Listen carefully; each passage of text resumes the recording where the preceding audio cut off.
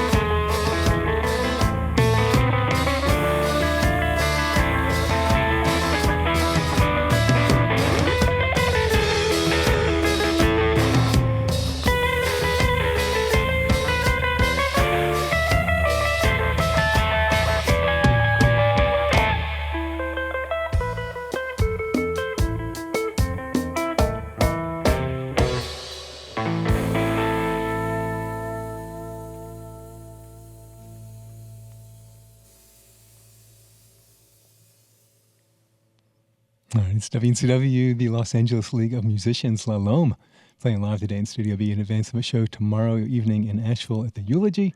That one's called La Tijera, is it? Yeah. Yeah. What's the rhythm? What? Yeah, that's a kind of classic sort of cumbia. I guess I would say it's real influenced by the a lot of records we heard of the kind of vallenato style from Colombia. La Tijera is the name of a street in Los Angeles. A lot of our songs are named after streets, neighborhoods, parks, or places around the city. I was going to say, like, how much is this music that just could only come out of Los Angeles? Is that? Yeah, I mean, there's cumbia from all over. It kind of originally that rhythm sort of comes from Colombia in that area. But, I was thinking like, what you guys do? Like, what we do, it's a blend of a lot of the different influences and styles that we've heard around the city. Yeah. I should mention that song will be available on 45 at our show tomorrow. Tomorrow. We just put it out through Verve Records. This is all. I mean, I know you probably had these songs in the can for a while, but it's coming out now. It's going to be exciting for you all. Yeah. It's really fun to get to play these songs in front of people. You know? What's it like to go out, places like into North Carolina and take this music? How's that been? Man, this is our first time playing in North Carolina. Well, we'll be, I guess, tomorrow night. So we're really, really excited about it. So Zach, speaking of which, I got to throw this out. Your dad was a bluegrass musician. Mm-hmm. Like you're at ground zero, Yeah. for bluegrass. What's that like for you? Oh, it's great. Yeah, I've spent a lot of time out here. A lot of my family used to live actually around North. I had a cousin who lived in Asheville. Right on. I stay with a bunch. So, yeah, I love this area.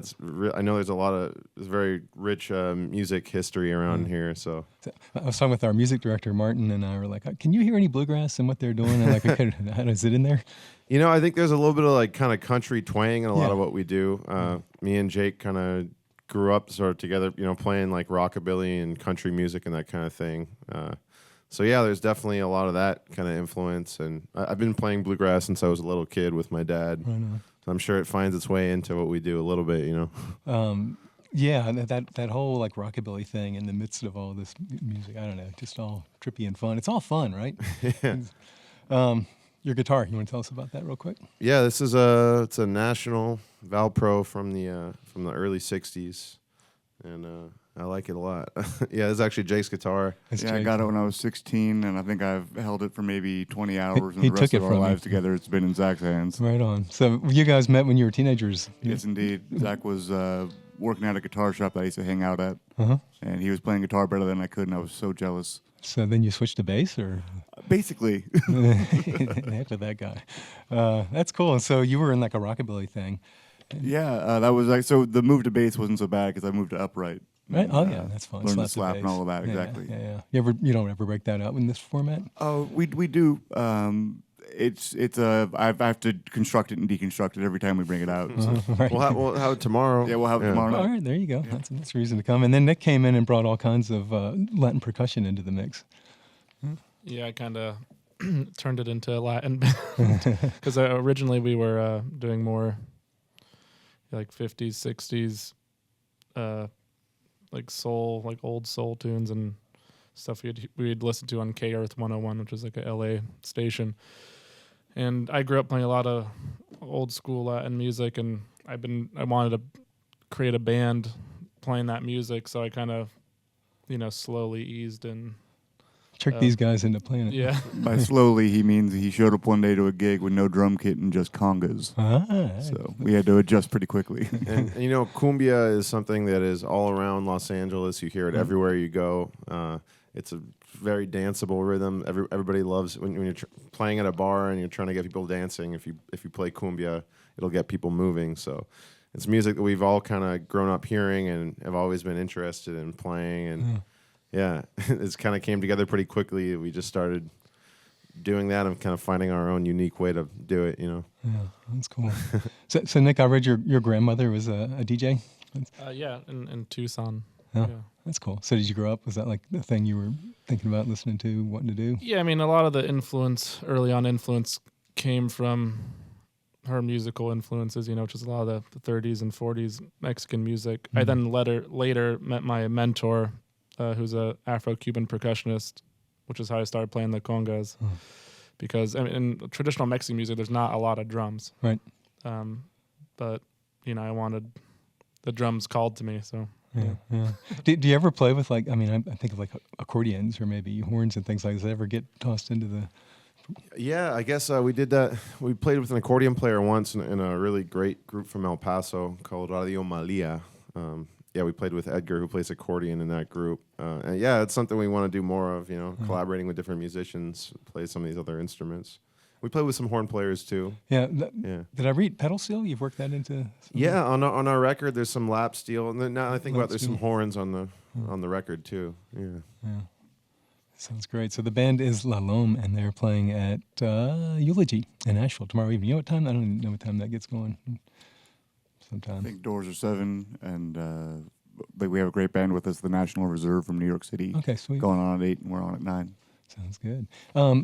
Did the songs? How long do the songs stretch when you're playing? Do they ever get longer than those 3-4 minute kind of? Sometimes a little bit. Yeah, we'll put a couple songs together. If people are dancing and seem like they want to keep going, we'll sometimes just keep going. Do a long drum solo or something.